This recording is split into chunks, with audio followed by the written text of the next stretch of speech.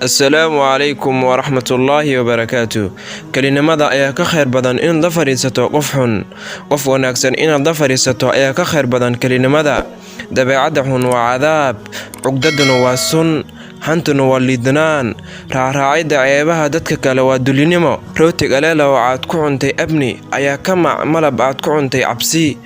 Teendho abni ah ayaa ka wanaagsan guri fillo oo aad ku qabto cabsi. Farxadda cilmiga waa mid joogto ah, sharaftiisuna waa mid waaraysa, xuskiisuna waa mid baaqi ahaanayo.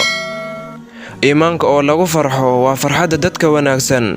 In loo adeego maalka dartiis waa liidnaan, in loo shaqeeyo Alle dartiis waa sharaf.